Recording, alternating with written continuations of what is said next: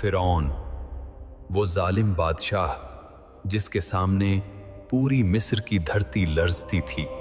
اس کے ایک اشارے پر کئی زندگیاں ختم ہو جاتی تھیں، اور اس کے ایک حکم پر سینکڑوں لوگ غلام بنا لیے جاتے۔ وہ خود کو صرف بادشاہ نہیں بلکہ خود کو خدا سمجھتا تھا۔ کہتا تھا، میں ہوں تمہارا سب سے بڑا رب۔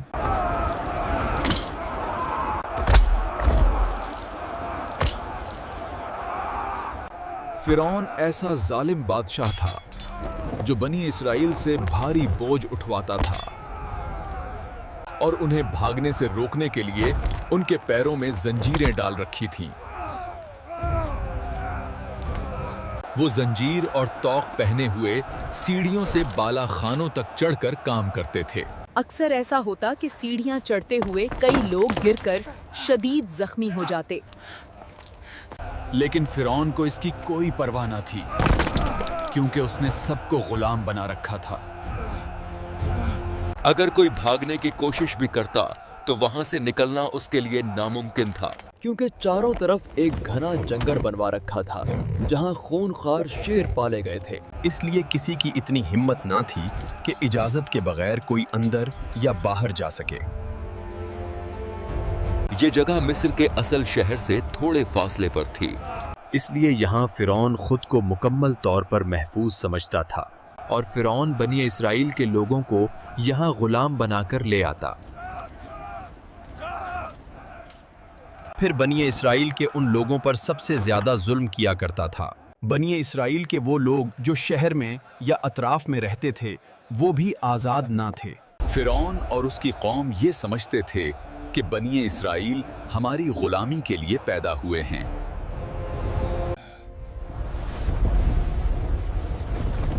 خواب دیکھا ہے کہ ایک بچہ میری حکومت کو ختم کر دیتا ہے،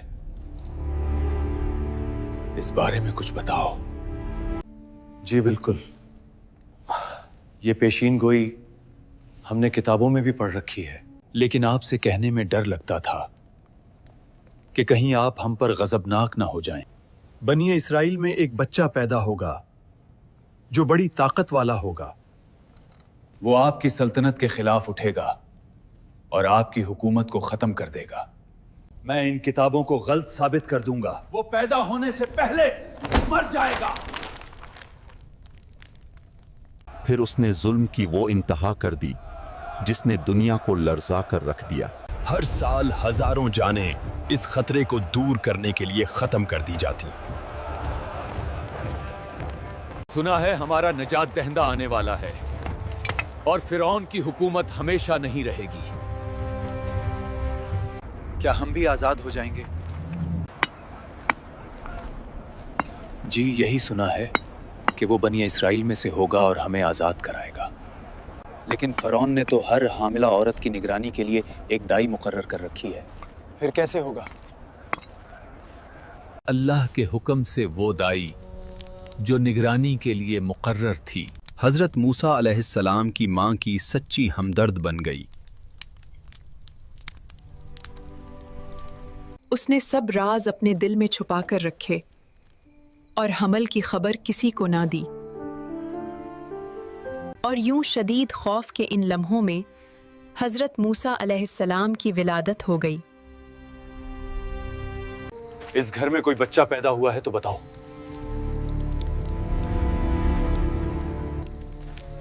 ہمیں لگتا ہے اس گھر میں بچہ پیدا ہوا ہے۔ ماں، سپاہی جانتے ہیں وہ بچے کو ڈھونڈ رہے ہیں۔ ڈرو نہیں، اپنے بچے کو صندوق میں رکھ کر دریائے نیل میں چھوڑ دو۔ یہ اس کے دل میں اللہ کی طرف سے نازل ہونے والا ایک الہام تھا۔ پھر اس نے لرزتے دل کے ساتھ بچے کو صندوق میں رکھا اور دریا کے حوالے کر دیا۔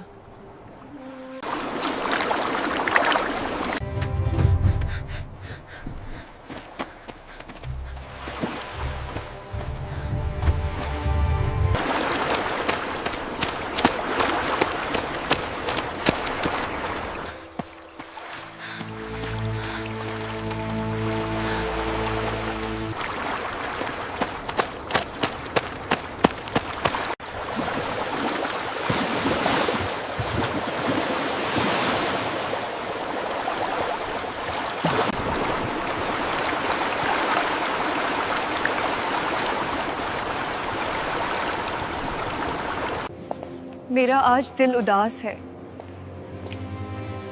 میں دریائے نیل کے کنارے جانا چاہتی ہوں. اے آسیہ، سپاہیوں کو ساتھ لے جاؤ، لیکن جلد واپس آ جانا. یہ تھی حضرت آسیہ بنت مزاحم، نہایت عظیم، بلند مرتبہ اور نورانی خاتون. یہ وہ خاتون ہیں جن کا ذکر قرآن کریم میں بھی آیا ہے. قرآن مجید میں اللہ تعالیٰ نے انہیں مومنوں کے لیے نمونہ قرار دیا ہے. ان کا شمار 4 افضل ترین خواتین میں ہوتا ہے، جنہیں اسلام میں کامل خواتین کے طور پر مثال بنایا گیا ہے. حضرت آسیہ فرعون کی زوجہ تھیں، مگر ان کا دل ایمان سے بھرپور تھا، جنہوں نے بعد میں حضرت موسیٰ علیہ السلام کی نبوت کی تصدیق بھی کی. جبکہ فرعون کی سخت مخالفت کے باوجود اپنے ایمان میں ثابت قدم رہیں. انہوں نے ظلم برداشت کیے لیکن ایمان سے پیچھے نہ ہٹی. حتیٰ کہ فرعون نے انہیں سخت اذیتیں دیں. روایات کے مطابق شہید کرا دیا، بٹ وہ صبر و استقلال کی علامت بن گئیں. اچانک حضرت آسیہ کی نگاہ ایک صندوق پر پڑی. انہوں نے وہ صندوق پانی سے باہر نکالا تاکہ وہ دیکھ سکے اس میں کیا ہے.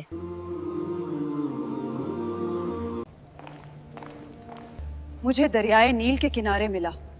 میں اسے آپ کے سامنے لائی ہوں. یوں اللہ کی مشیت سے صندوق کا ڈھکنا خود فرعون کے ہاتھوں کھل گیا. یہ بچہ میری اور تیری آنکھوں کا نور ہے. اسے قتل نہ کرو. ممکن ہے یہ ہمارے لیے نفع بخش ہو، یا ہم اپنا بیٹا بنا لیں. اگر یہ بچہ بنی اسرائیل کا ہوا تو کیا معلوم یہی وہی بچہ ہوا. ہمارا کوئی لڑکا نہیں اور یہ بچہ ہے. اس کی پرورش ہم کریں گے، جیسا چاہیں گے ویسا بنے گا. دیکھیے تقدیر کا عجیب کھیل. جو موسیٰ کو مارنا چاہتا تھا، آج دشمن کا وہی محل موسیٰ کی پرورش کی جگہ بن گیا. اب مسئلہ یہ تھا کہ یہ بچہ کسی کا دودھ قبول ہی نہیں کر رہا تھا. جو عورت یہ بچہ کو دودھ پلائے گی اسے مال و دولت سے نوازا جائے گا. پھر یہ خبر حضرت موسیٰ علیہ السلام کی ماں تک پہنچ گئی. میں اس بچے کو دودھ پلانے کی کوشش کرتی ہوں، شاید یہ بچہ میرا دودھ قبول کر لے. جب حضرت موسیٰ کی ماں نے اسے دودھ پلایا تو اس نے خوشی سے دودھ قبول کر لیا. یوں ہر روز حضرت موسیٰ علیہ السلام کی ماں آتی اور دودھ دے کر چلی جاتی تھی.